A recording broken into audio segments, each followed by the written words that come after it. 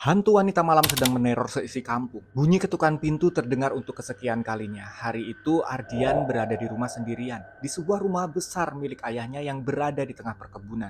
Waktu menunjukkan jam 12 malam, tepat tengah malam. Kedua orang tuanya sedang berada di luar kota. Ardian melangkah untuk kesekian kalinya malam itu. Dia melangkah dari kamar menyelusuri ruang tengah sampai di ruangan depan. Kondisi ruangan-ruangan di sana itu sudah gelap, hanya lampu sudut saja yang menyala. Sesampainya di depan jendela ruang depan, Ardi memberanikan diri untuk menyibak tirai jendelanya. Sementara teror hantu perempuan sedang hangat dibicarakan. Banyak sekali orang-orang yang konon sudah melihatnya. Sebagian dari mereka melihat di pinggir jalan, sebagian lagi dari mereka juga bersaksi didatangi ke rumah. Sebagian besar penduduk desa yakin bahwa hantu itu adalah arwah Santi yang telah meninggal 7 hari yang lalu.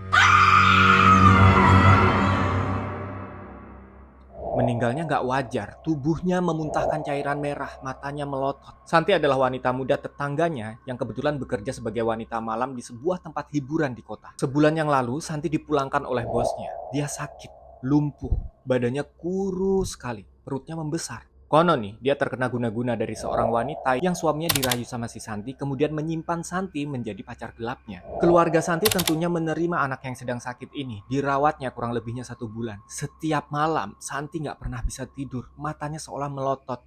Sepertinya dia tuh kayak ngelihat sesuatu yang seram di atap kamarnya. Hingga 7 hari yang lalu menjelang maghrib, tiba-tiba saja, Santi yang tidak bisa berbicara tiba-tiba berteriak histeris. Sesaat setelahnya, perutnya yang membesar itu tiba-tiba meledak. Seolah ada petasan besar yang dinyalakan di dalam tubuhnya. Cairan merah dan nanah melumuri kamar tidurnya. Di kasur, di lantai, bahkan di wajah mereka-mereka yang kebetulan saat itu sedang menunggui Santi di pinggir tempat tidur. Jadi beneran meledak.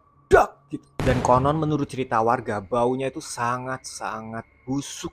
Amis, anyir, campur aduk. Begitulah cara Santi meninggal, dan setidaknya setelah sore itu, semua warga mulai membicarakannya. Perihal cara kematiannya yang dianggap tidak wajar dan sangat-sangat mengerikan. Kita kembali lagi ke Ardian yang saat itu sedang diketuk malam-malam tengah malam jam 12. Nah, sesaat setelah tirai jendelanya tersibak, Ardian langsung melihat sesosok laki-laki. Itu adalah Pak Sugeng yang berdiri di depan terasnya. Lihat itu, Ardian sontak membuka pintu, dan Pak Sugeng langsung bilang, "Mas Ardian, ini dari Mbah Soleh."